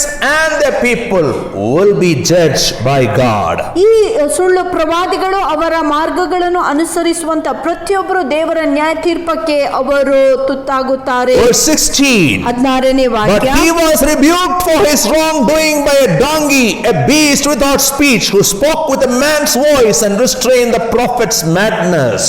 ಆದರೆ ಅವನ ದುಷ್ಟತನಕ್ಕೆ ಖಂಡನೆಯಾಯಿತು. ಮೂಕ ಕತ್ತೆ ಮನುಷ್ಯನ ಸ್ವರದಿಂದ ಮಾತಾಡಿ ಆ ಪ್ರವಾದಿಯ ಹುಚ್ಚುತನಕ್ಕೆ ಅಡ್ಡಿ ಮಾಡಿತು. We can see the first animal, okay, speaking in tongues. ನಾವು ನೋಡುತ್ತೇವೆ ಮೊದಲನೇ ಪ್ರಾಣಿಯು ಅದು ಮನುಷ್ಯನ ಮಾತನ್ನು ಆಡುವುದನ್ನು But ನೋಡುತ್ತೇವೆ. in spite of that miracle also, ಆ ದೊಡ್ಡ ಅದ್ಭುತ ಅಂದು ನಡೆದರೂ ಸಹ Balaam never had control over his tongue. ಆ ಬೀಳಾಮನಿಗೆ ತನ್ನ ಸ್ವಂತ ನಾಲಿಗೆಯ ಮೇಲೆ ಹತೋಟಿ ಇರಲಿಲ್ಲ. And because of that, ಆ ಕಾರಣದಿಂದ in spite of restraint, in spite of rebuke, he perished. ಆ ಕತ್ತಿ ಆತನ ಹುಚ್ಚುತನವನ್ನು ಅಡ್ಡಿ ಮಾಡಿದರೂ ಸಹ ಆತನು ತನ್ನ ಕಾರ್ಯದಲ್ಲಿ ಮುಂದುವರೆದು ಆತನು ಹಾಳಾಗಿ ಹೋದನು. The false prophets live by lust, they are experts in greed. ಈ ಸುಳ್ಳು ಪ್ರವಾದಿಗಳು ಕಾಮದಿಂದ ಬದುಕುತ್ತಾರೆ, ದುರಾಶೆಯಲ್ಲಿ ಎರಡನೇದಾಗಿ ಅವರು They are ತಜ್ಞರಾಗಿದ್ದಾರೆ. hungry for fame. ಅವರು ಖ್ಯಾತಿಗಾಗಿ ಹಸಿಯುವಂತಹ ವ್ಯಕ್ತಿಗಳಾಗಿದ್ದಾರೆ. Somehow they are delighting in the pleasure of pulpit. ಅವರಿಗೆ ಯಾವಾಗಲೂ ಬೋಧನೆ ಮಾಡಬೇಕೆಂಬ ಆಸೆ ಆತುರವಿರುತ್ತದೆ. They are like Solomon. ಅವರು ಸೊಲೊಮೋನನ ಹಾಗಿದ್ದಾರೆ. Solomon is saying, let not woman take off your youthfulness. ಆ ಸೊಲೊಮೋನನು ಹೀಗೆ ಉಪದೇಶ ಮಾಡುತ್ತಾ ಇದ್ದಾರೆ, ಹೆಣ್ಣು ಮಕ್ಕಳ ಮೇಲೆ ನಿನ್ನ ಆ ತ್ರಾಣವನ್ನು ನೀನು ಹಾಳ ಮಾಡಬೇಡೆಂಬುದಾಗಿ. Same time he has 1,000 wives. ಅದೇ ಸಮಯದಲ್ಲಿ ಆತನಿಗಾದರೂ 1,000 In ಹೆಂಡತಿಯಂದಿರಿದ್ದರು. other words, Solomon's preaching is for others, not for him to practice. ಸೊಲೊಮೋನನ ಪ್ರಸಂಗವು ಅದು ಇತರರಿಗಾಗಿತ್ತು, ತಾನು ಅದನ್ನು ಅನುಸರಿಸುವುದಕ್ಕಾಗಿರಲಿಲ್ಲ. These false prophets, they preach everything, whatever holiness they preach, it's for others, not for themselves. They don't practice it. ಸುಳ್ಳು ಪ್ರವಾದಿಗಳು ಮಾಡುವಂತ ಪ್ರಸಂಗವು ಅದು ಯಾವಾಗಲೂ ಬೇರೆಯವರಿಗೋಸ್ಕರ ಇರುತ್ತದೆ. ಆ ಪ್ರಸಂಗವನ್ನು ತಮ್ಮ ಸ್ವಂತ ಜೀವಿತದಲ್ಲಿ ಅವರು ಅನ್ವಯಿಸಿಕೊಳ್ಳುವುದಿಲ್ಲ. Verse 3. 3ನೇ ವಾಕ್ಯ, They will teach stories, made up stories. ಅವರು ಕಾಲ್ಪನಿಕ ಕಥೆಗಳನ್ನು ಕಲಿಸುತ್ತಾರೆ. They are good entertainers. ಅವರು ಮನೋರಂಜನೆಯಲ್ಲಿ ತಜ್ಞರಾಗಿದ್ದಾರೆ. They are good psychologists. ಅವರು ಮನೋಶಾಸ್ತ್ರವನ್ನು ಸರಿಯಾಗಿ ಅರ್ಥೈಸಿಕೊಂಡವರು. Verse 19. 19ನೇ ವಾಕ್ಯ, They promise them freedom while they themselves are slaves of depravity. For a man or a woman is a slave to whatever has mastered him or her. ಇಂಥವರು ಸ್ವಾತಂತ್ರ್ಯ ಕೊಡುತ್ತೇವೆಂದು ಅವರಿಗೆ ವಾಗ್ದಾನ ಮಾಡುತ್ತಾರೆ, ಆದರೆ ತಾವೇ ಕೆಟ್ಟತನದ ದಾಸರಾಗಿದ್ದಾರೆ. ಒಬ್ಬನು ಯಾವುದಕ್ಕೆ ಸೋತು ಹೋದನೋ ಅವನು ಅದರ ದಾಸನಾಗಿದ್ದಾನಷ್ಟೇ. They are like a bald man who is selling medicine for hair fall. ಅವರು ಹೀಗಿರುತ್ತಾರೆ, ಒಬ್ಬ ಇಲ್ಲದಿರುವಂಥ ಮನುಷ್ಯನು ಕೂದಲು ಬೆಳೆಯುವುದಕ್ಕಾಗಿ ಎಣ್ಣೆ ಮಾರುವಂಥ ಮನುಷ್ಯನಾಗಿದ್ದಾರೆ. How to preach freedom while they are slaves themselves. ಅವರು ಸ್ವತಂತ್ರ ಬಗ್ಗೆ ಬೋಧನೆ ಮಾಡಲು ಇಷ್ಟಪಡುತ್ತಾರೆ, ಆದರೆ ಅವರನ್ನು ನೋಡುವುದಾಗಿದ್ದರೆ ಅವರೇ ದಾಸರಾಗಿರುತ್ತಾರೆ. Verse 1. ಒಂದನೇ ವಾಕ್ಯ, They will secretly introduce destructive heresies, even denying the sovereign Lord who bought them, bringing swift destruction on themselves. ಅವರು ಹಾನಿಕರವಾದ ಬೋಧನೆಗಳನ್ನು ರಹಸ್ಯವಾಗಿ ಒಳತರುವರು, ತಮ್ಮನ್ನು ಕೊಂಡುಕೊಂಡ ಕರ್ತನನ್ನು ಕೂಡ ಅಲ್ಲಗಳೆಯುವವರು ಆಗಿದ್ದು ಪಕ್ಕನೆ ತಮ್ಮ ಮೇಲೆ ವಿನಾಶವನ್ನು ಬರಮಾಡಿಕೊಳ್ಳುವರು. In their hastiness to be big preachers, to be worldwide, they teach cooked up stories, and along with that they will dilute the word and finally end up in destructive wrong teachings. They'll bring judgment on themselves and on their followers. ಖ್ಯಾತಿಗಾಗಿ ಅವರು ಅವಸರದಲ್ಲಿ ಇರುವ ಕಾರಣದಿಂದ ಅವರು ಅನೇಕ ಕಲ್ಪನಾತ್ಮಕ ಕಥೆಗಳನ್ನು ಹೇಳುತ್ತಾ ದೇವರ ಶಕ್ತಿಯನ್ನೇ ಅವರು ತಿರಸ್ಕರಿಸಿ ದೇವರ ನ್ಯಾಯ ತೀರ್ಪನ್ನು ತಮ್ಮ ಮೇಲೆ ಬರಮಾಡಿಕೊಳ್ಳುವರಾಗಿದ್ದಾರೆ. Verse 17. 17ನೇ This ವಾಕ್ಯ, manna springs without water and mist driven by a storm. Blackest darkness is reserved for them. ಇವರು ನೀರಿಲ್ಲದ ಬಾವಿಗಳು, ಬಿರುಗಾಳಿಯಿಂದ ಬಡಿಸಿಕೊಂಡು ಹಾರಿ ಹೋಗುವ ಮೇಘಗಳು ಆಗಿದ್ದಾರೆ. ಇಂಥವರ ಪಾಲಿಗೆ ನಿರಂತರವಾದ ಕಾರ್ಗತ್ತಲು ಇಟ್ಟಿರುವುದು. They are like mirage, not oasis. ಅವರು ನಿಜವಾದ ನೀರಾಗಿರುವುದಿಲ್ಲ, ಆದರೆ ನೀರಿನ ಪ್ರತಿಬಿಂಬ ಮಾತ್ರವರಾಗಿರುತ್ತಾರೆ. All promise, no fulfillment. ಎಲ್ಲವೂ ವಾಗ್ದಾನ ಮಾತ್ರವೇ, ಆದರೆ ಯಾವುದು ನೆರವೇರುವುದಿಲ್ಲ. All preaching, no practice. ಎಲ್ಲವೂ ಬೋಧನೆ ಮಾತ್ರವೇ, ಅದನ್ನು ಅನುಸರಿಸುವುದು ಒಂದಿಲ್ಲ. Verse 18. 18ನೇ ವಾಕ್ಯ, For they mouth empty, boastful words, and by appealing to the lustful desires of sinful human nature, they entice people who are just escaping from those who live in error. ತಪ್ಪಾದ ಮಾರ್ಗದಲ್ಲಿ ಜೀವಿಸುವುದರಿಂದ ಸಂಪೂರ್ಣವಾಗಿ ತಪ್ಪಿಸಿಕೊಂಡವರ ಸಂಗಡ ಇವರ ಹುರುಳಿಲ್ಲದ ದೊಡ್ಡ ದೊಡ್ಡ ಮಾತುಗಳನ್ನಾಡಿ ಶರೀರದ ದುರಾಶೆಗಳನ್ನು ಹುಟ್ಟಿಸಿ ಹೆಚ್ಚಾಗಿ ಬಂಡುತನದಿಂದ ಅವರನ್ನು ಮರಳುಗೊಳಿಸುತ್ತಾರೆ. They will cleverly hide the trap with attractive baits. ನಾವು ನೋಡುತ್ತೇವೆ, ಅಲ್ಲಿ ಇರುವಂಥ ಆ ಬಲೆಯನ್ನು ಮುಚ್ಚುವುದಕ್ಕಾಗಿ ಅವರು ಜ್ಞಾನದಿಂದ ಅನೇಕ ಆಕರ್ಷಕವಾದಂಥ ಸಂಗತಿಗಳನ್ನು ತೋರ್ಪಡಿಸುತ್ತಾರೆ. They cleverly hide their hidden agenda to exploit your emotions, exploit your pocket, to start business in their name, their family names. All this they hide so beautifully. ಅವರು ತಮ್ಮ ಸ್ವಂತ ದುರಾಶೆಯನ್ನು ಮರೆ ಮಾಡಿಟ್ಟುಕೊಂಡು ಜನರನ್ನು ತಪ್ಪಾಗಿ ಉಪಯೋಗಿಸಿಕೊಳ್ಳುವರಾಗಿದ್ದಾರೆ. What they do? ಮಾಡುವಂತ They mouth ವಿಷಯಗಳೇನೆಂದರೆ empty, boastful words. ಅವರ ಮಾತುಗಳು ಹುರುಳಿಲ್ಲದ ದೊಡ್ಡ ದೊಡ್ಡ ಮಾತುಗಳಾಗಿರುತ್ತವೆ. They are specialist in positive words. ಅವರು ಯಾವಾಗಲೂ ಸಕಾರಾತ್ಮಕವಾದ ವಿಷಯಗಳನ್ನು ಹೇಳುವುದರಲ್ಲಿ ನಿಪುಣರಾಗಿದ್ದಾರೆ. False prophets' tongue is smooth. ಈ ಸುಳ್ಳು ಬೋಧಕರ ನಾಲಿಗೆಯು ಅದು ಮೃದುವಾಗಿರುತ್ತದೆ, They drip with honey. ಅದು ಒಂದು ಜೇನುತುಪ್ಪದ ಹಾಗಿರುತ್ತದೆ. But don't be deceived by their traps. ಆದ್ರೆ ಇಂತಹ ಬಲೆಗಳಿಂದ ನೀವು ಮೋಸ ಹೋಗಬೇಡಿರಿ. Verse 19. 19ನೇ ವಾಕ್ಯ, They are slaves yet promising freedom for others. ಅವರು ದಾಸರಾಗಿದ್ದರೂ ಇತರರಿಗೆ ಸ್ವತಂತ್ರವನ್ನು ವಾಗ್ದಾನ ಮಾಡುವಂತವರಾಗಿದ್ದಾರೆ. So they live by lust. ಆದ್ರಿಂದ ಅವರು ಕಾಮದಿಂದ They are ಬದುಕುವರಾಗಿದ್ದಾರೆ. experts in greed. ಅವರು ದುರಾಸೆಯಲ್ಲಿ They are ತಜ್ಞರಾಗಿದ್ದಾರೆ. hungry for fame. ಖ್ಯಾತಿಗಾಗಿ ಅವರು ಹಸಿದು Number ಬಾಯಾರುವರಾಗಿದ್ದಾರೆ. 4, they indulge in self-rule. ಅವರು ಸ್ವಯಂ ಆಡಳಿತದಲ್ಲಿ ಪಾಲ್ಗೊಳ್ಳುವರಾಗಿದ್ದಾರೆ. Verse 1, ಒಂದನೇ they ವಾಕ್ಯ, even deny the master. ಅವರು ಕರ್ತನನ್ನು ಸಹ ತಿರಸ್ಕರಿಸುವರಾಗಿದ್ದಾರೆ. They deny, reject the words of the master. ಅವರು ಕರ್ತನ ಮಾತುಗಳನ್ನು ಸಹ When ಅಲ್ಲಗಳೆಯುವಂತವರಾಗಿದ್ದಾರೆ. they don't have fear of the master and his word, they will dilute his word or explain away scriptures to live the lifestyle they want. ಅವರು ಒಂದು ವೇಳೆ ಕರ್ತನಿಗೋಸ್ಕರ ಅವರಲ್ಲಿ ಭಯವಿಲ್ಲದಿದ್ದರೆ ಆತನು ಹೇಳಿರುವಂತ ಮಾತನ್ನು ಗೌರವಿಸದೆ ಅದನ್ನು ನೀರಿನ ಹಾಗೆ ತಮ್ಮ ಅನುಕೂಲಕ್ಕಾಗಿ ಅವರು ಉಪಯೋಗಿಸಿಕೊಳ್ಳುವರಾಗಿದ್ದಾರೆ. Verse 10, they despise every authority because they follow the corrupt desire of the sinful nature. ಅವರು ಮುಖ್ಯವಾಗಿ ಬಂಡುತನದ ದುರಾಶೆಯಲ್ಲಿ ಶರೀರಾನುಸಾರವಾಗಿ ನಡೆದುಕೊಳ್ಳುವುದರಿಂದ ಎಲ್ಲಾ ಪ್ರಭುತ್ವಗಳನ್ನು ತಿರಸ್ಕರಿಸುವಂತವರಾಗಿದ್ದಾರೆ. Verse 10 continues, bold and arrogant, these men are not afraid to slander celestial beings, yet even angels, although they are stronger and more powerful, do not bring slanderous accusations against such beings in the presence of the Lord. ಇವರು ಯಾರಿಗೂ ಹೆದರದೆ ಸ್ವೇಚ್ಛಾಪರರಾಗಿದ್ದಾರೆ. ದುರಹಂಕಾರದಿಂದ ಗೌರವವುಳ್ಳವರನ್ನು ದೂಷಿಸುತ್ತಾರೆ. ದೂತರ ಬಲದಲ್ಲಿಯೂ ಮಹತ್ತಿನಲ್ಲಿಯೂ ಶ್ರೇಷ್ಠರಾಗಿದ್ದರೂ ಕರ್ತನ ಮುಂದೆ ಗೌರವವುಳ್ಳವರಿಗೆ ವಿರೋಧವಾಗಿ ನಿಂದೆಯನ್ನು ದೂಷಣೆಯನ್ನು ತರುವುದಿಲ್ಲ. They are bold and arrogant means they are shameless. They defy every authority, and in bold daylight they do anything what they want to do. ಅವರು ಯಾರಿಗೂ ಹೆದರದೆ ಸ್ವೇಚ್ಛಾಪರರಾಗಿದ್ದಾರೆ.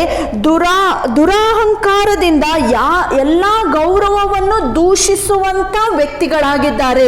Even the holy angels, ಪರಿಶುದ್ಧವಾದಂತ ದೂತರು ಸಹ, though they are more powerful than this kind of people, ಇಂಥ ಎಲ್ಲಾ ಜನರಿಗಿಂತ ಅವರು ಇನ್ನೂ ಮಹತ್ತಾಗಿದ್ದರೂ ಸಹ, ಶ್ರೇಷ್ಠರಾಗಿದ್ದರೂ ಸಹ, they are well mannered. ಅವರು ಗೌರವ ಉಳ್ಳವರಾಗಿದ್ದಾರೆ. They refuse to do. ಅವರು ಏನನ್ನು ಮಾಡುವುದಿಲ್ಲ. They hear the accusation about these people, but they are not for tit for tat. They humbly trust God and God alone to deal with such people. ಈ ಎಲ್ಲ ವಿರೋಧಿಗಳ ನಿಂದೆಯನ್ನು ದೂಷಣವನ್ನು ಅವರು ಕೇಳಿಸಿಕೊಂಡರು ಮೂಯಿಗೆ ಮೂಯಿ ತೀರಿಸುವಂತವರಲ್ಲ, ಆದರೆ ದೀನತೆಯಿಂದ ದೇವರಲ್ಲಿಯೇ ಭರವಸೆ ಇಟ್ಟು ದೇವರ ನ್ಯಾಯ ತೀರ್ಪಿಗಾಗಿ ಅವರು ಕಾದುಕೊಂಡಿರುವರಾಗಿದ್ದಾರೆ. When you live holy life, ನೀವು ಪರಿಶುದ್ಧವಾದ ಜೀವಿತವನ್ನು when you are ಜೀವಿಸುವಾಗ, morally upright, ನೀವು ನೈತಿಕ ಮೌಲ್ಯಗಳನ್ನು when ಹೊಂದಿಕೊಂಡಿರುವಾಗ, you are uncompromising in your life, ನಿಮ್ಮ ಜೀವಿತದಲ್ಲಿ ನೀವು ಒಪ್ಪಂದ ಮಾಡಿಕೊಳ್ಳದೆ ಒಳ್ಳೆಯವರಾಗಿ ಜೀವಿಸುವಾಗ, the world around you, ನಿಮ್ಮ ಸುತ್ತಮುತ್ತಲಿರುವಂತಹ ಲೋಕವು they want to bring shame to your name by cooked up stories. ನಿಮ್ಮ ಹೆಸರನ್ನು ದೂಷಿಸುವುದಕ್ಕಾಗಿ ನಿಮ್ಮ ಬಗ್ಗೆ ಅನೇಕ ಕಲ್ಪನಾತ್ಮಕ ಕಥೆಗಳನ್ನು ಅವರು ಹುಟ್ಟಿಸುತ್ತಾರೆ. Don't touch any of that dirt. ಅಂತಹ ಹೊಲಸನ್ನು ನೀವು ಎಂದಿಗೂ ಮುಟ್ಟಬಾರದು. Even if you have power, just surrender it to God. ನಿಮಗೆ ಅವರಿಗೆ ವಾಪಸ್ ಕೊಡುವುದಕ್ಕೆ ಶಕ್ತಿ ಇದ್ದರೂ ಸಹ ನೀವು ಅಂತ ಸಂಗತಿಯನ್ನು ಮಾಡದೆ ಈ ಎಲ್ಲಾ ವಿಷಯಗಳನ್ನು ದೇವರಿಗೆ ಒಪ್ಪಿಸಿಕೊಡಿರಿ. Because God's word says, ಯಾಕಂದ್ರೆ ದೇವರ ವಾಕ್ಯ ಹೇಳುತ್ತದೆ, verse 12, 12ನೇ but ವಾಕ್ಯ, these men blaspheme in matters they do not understand. They are like brute beasts, creatures of instinct, born only to be caught and destroyed, and like beasts they too will perish. ಆದರೆ ಹಿಡಿಯಲ್ಪಟ್ಟು ನಾಶವಾಗುವುದಕ್ಕೆ ಹುಟ್ಟಿರುವ ವಿವೇಕ ಶೂನ್ಯ ಮೃಗಗಳಿರುವ ಈ ದುರ್ಭೋಗಿಗಳು ತಮಗೆ ತಿಳಿದಿರುವುಗಳ ವಿಷಯಗಳಲ್ಲಿ ದೂಷಣೆ ಮಾಡುವವರಾಗಿದ್ದಾರೆ. These people don't have any self control. They live like animals, live by instinct.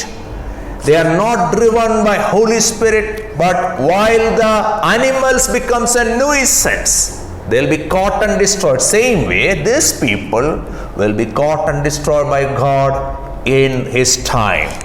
ಇಂತಹ ಜನರಿಗೆ ಅವರಿಗೆ ಯಾವ ವಿವೇಕವೂ ಇರುವುದಿಲ್ಲ. ಅವರು ತಮ್ಮ ದುರ್ಭೋಗಗಳಲ್ಲಿ ತಮಗೆ ತಿಳಿದಿರುವಂಥ ವಿಷಯಗಳನ್ನು ದೂಷಣೆ ಮಾಡುವುದರಲ್ಲಿ ಮುಂದುವರಿಯುತ್ತಾರೆ. ಇಂಥವರು ಒಂದು ದಿನ ಕರ್ತನ ನ್ಯಾಯ ತೀರ್ಪಿಗೆ ಅವರು ಈಡಾಗುತ್ತಾರೆ.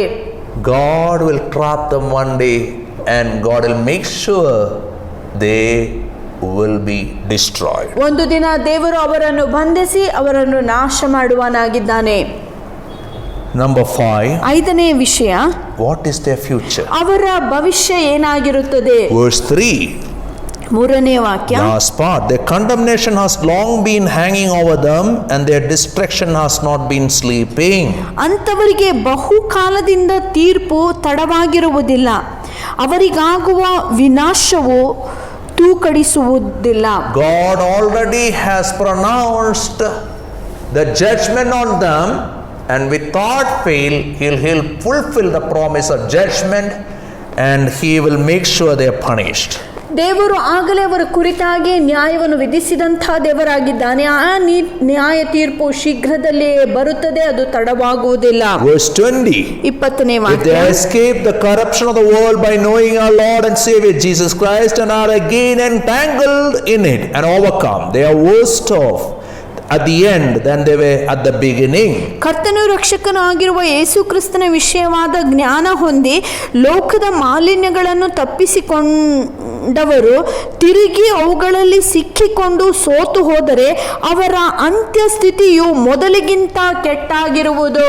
They came from terrible background. God gave them hope, delivered them, but instead of following God and becoming holy, they enjoyed only blessings and promises, and now God says, my promise of judgment will come true in their life, and their last life will become worse than the beginning. ಇವರು ಅನೇಕ ಕೆಟ್ಟ ಸ್ಥಿತಿಗಳಿಂದ ದೇವರನ್ನು ತಿಳಿದುಕೊಂಡು ಅವರು ಉತ್ತಮ ಸ್ಥಿತಿಗೆ ಬಂದರು.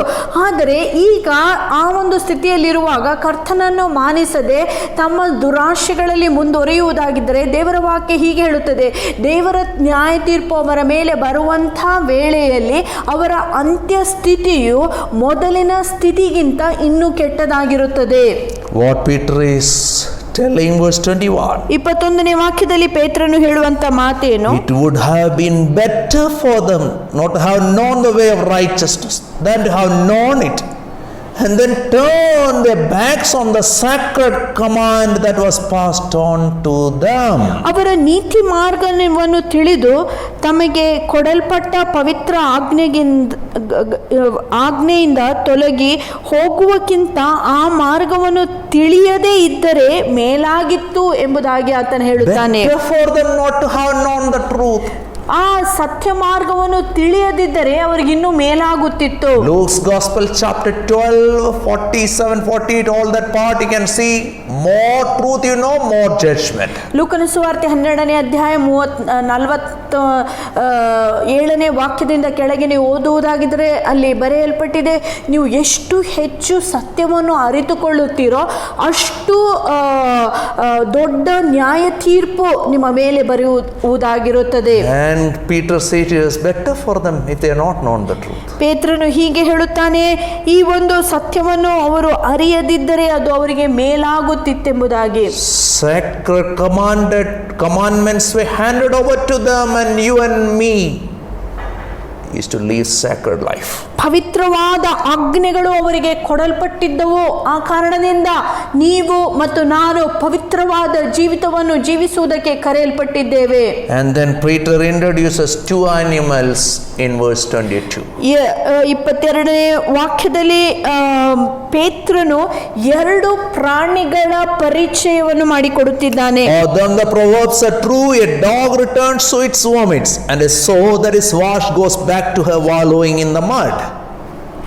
ನಾಯಿ ತಾನು ಕಕ್ಕಿದ್ದನ್ನು ನೆಲಕ್ಕೆ ತಿರುಗಿಕೊಂಡಿತು ಮತ್ತು ತೋಳದ ಹಂದಿ ಕೆಸರಿನಲ್ಲಿ ಹೋರಾಡಲು ತಿರುಗಿಕೊಂಡಿತು ಎಂಬ ನಿಜವಾದ ಗಾದೆ ಸರಿಯಾಗಿ ಅವರಿಗೆ ಅನ್ವಯಿಸುತ್ತದೆ. A dog and a pig, both animals, are pet animals. ನಾವು ನೋಡುತ್ತೇವೆ ನಾಯಿ ಮತ್ತು ಹಂದಿ ಇದು ಮನೆಯಲ್ಲಿ ಸಾಕುವಂಥ ಪ್ರಾಣಿಗಳಾಗಿದೆ. They're faithful to master. ಅವರು ತಮ್ಮ ಯಜಮಾನನಿಗೆ ನಂಬಿಗಸ್ತರಾಗಿದ್ದಾರೆ. But they don't participate in the nature, the lifestyle of master. ಯಜಮಾನನ ಸ್ವಭಾವದಲ್ಲಿ ಅವರು ಪಾಲ್ಗೊಳ್ಳುವುದಿಲ್ಲ. They always stick on to their old nature. ಅವರು ತಮ್ಮ ಹಳೆ ಸ್ವಭಾವವನ್ನೇ ಅವರು ಮುಂದುವರಿಸುತ್ತಾರೆ. Dog will vomit and eat it back. ನಾಯಿ ತಾನು ಕಕ್ಕಿದ್ದನ್ನು ನೆಲಕ್ಕೆ ತಿರುಗಿ ಅದು ನೆಕ್ಕುತ್ತದೆ. Many things you are got rid in life, you continue practicing. ಅನೇಕ ಸಂಗತಿ ನಿಮ್ಮ ಜೀವಿತದಲ್ಲಿ ನೀವು ಬಿಟ್ಟಿದ್ದರೂ ಮತ್ತೆ ಮತ್ತೆ ಅದನ್ನೇ ಅನುಸರಿಸುವರಾಗಿರುತ್ತೀರಿ. A pig, how many times they baptize also, the nature is it will enjoy all the dirt and very happily will enjoy that. ಈ ಹಂದಿಯು ಎಷ್ಟು ಸಾರಿ ನಾವು ಅದನ್ನು ಸ್ವಚ್ಛ ಮಾಡಿದರೂ ಕೆಸರಿನಲ್ಲಿ ಹೋರಾಡುತ್ತಾ ಅದು ತಿರುಗಾಡುತ್ತಲೇ ಇರುತ್ತದೆ. A dog or a pig, unless they transformed to be a lamb by the slain lamb, they will remain as they are. ಒಂದು ನಾಯಿ ಆಗಲಿ ಒಂದು ಹಂದಿ ಆಗಲಿ ಅದು ಒಂದು ಯಜ್ಞದ ಕುರಿಮರಿ ಆತನ ರಕ್ತದಿಂದ ಶುದ್ಧೀಕರಣ ಹೊಂದದಿದ್ದರೆ ಆ ಹಳೆ ಸ್ವಭಾವದಲ್ಲಿಯೇ ಅವು ಮುಂದುವರಿಯುತ್ತವೆ.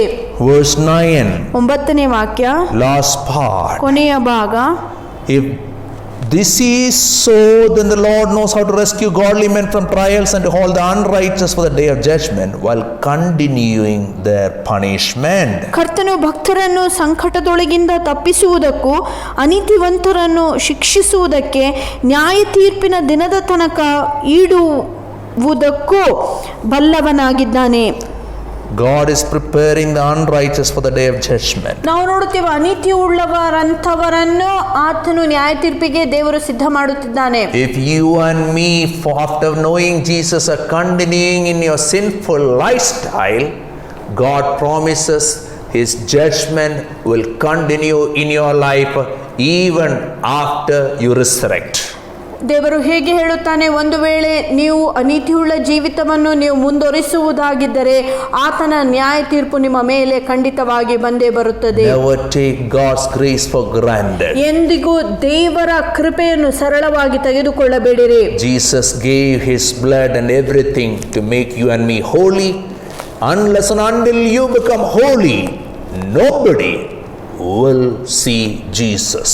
ಯೇಸು ಕ್ರಿಸ್ತನು ತನ್ನ ರಕ್ತವನ್ನು ನಮಗೆ ಸುರಿಸಿರುವಂತ ಕಾರಣವೇನೆಂದರೆ ನಾವು ಪರಿಶುದ್ಧರಾಗಿರಬೇಕೆಂಬುದಾಗಿ.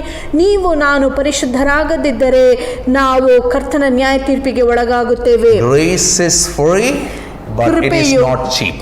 ಉಚಿತವಾಗಿದೆ, ಆದರೆ ಅದು ಬೆಲೆ ಬಾಳುವಂತಹ ಸಂಗತಿಯಾಗಿದೆ. God offers His grace to us so that we will live sacred life, will be holy and blameless in His presence. ದೇವರು ನಮಗೆ ತನ್ನ ಕೃಪೆಯನ್ನು ಕೊಡುವ ಕಾರಣವೇನೆಂದರೆ ನಾವು ಪರಿಶುದ್ಧರಾಗಿ ಜೀವಿಸಿ ಆತನಿಗೆ ಮೆಚ್ಚುಗೆಯಾದಂತ ರೀತಿಯಲ್ಲಿ ಮುನ್ನಡೆಯಬೇಕು. The false prophets live by lust, they are experts in greed.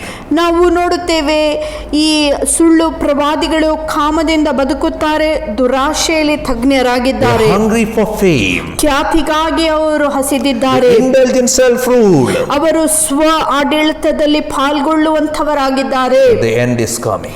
ಆದರೆ ಅವರ ಕೊನೆ ಬರುತ್ತಾ ಇದೆ. Unending judgment. ಅದು ಕೊನೆ ಇಲ್ಲದಂಥ ನ್ಯಾಯ ತೀರ್ಪು. One day God will reject them. ಒಂದು ದಿನ ಖಂಡಿತವಾಗಿ ದೇವರು ಅವರನ್ನು One ತಳ್ಳಿಬಿಡುತ್ತಾನೆ. day they will be proved to the whole world they were mockers. ಒಂದು ದಿನ ಅವರ ದುಷ್ಕೃತ್ಯಗಳು ಲೋಕಕ್ಕೆ ತೋರ್ಪಡಿಸಲ್ಪಡುತ್ತವೆ. May God help each one of us ದೇವರು ತಾನೇ ನಮ್ಮೆಲ್ಲರಿಗೆ ಸಹಾಯ ಮಾಡಲಿ. to be humble in following Jesus. ಯೇಸು ಕ್ರಿಸ್ತನನ್ನು ದೀನತನದಿಂದ ನಾವು ಅನುಸರಿಸುವುದಕ್ಕಾಗಿ. God bless all of you. ದೇವರು ತಾನೇ ನಿಮ್ಮೆಲ್ಲರನ್ನು ಆಶೀರ್ವಾದ ಮಾಡಲಿ.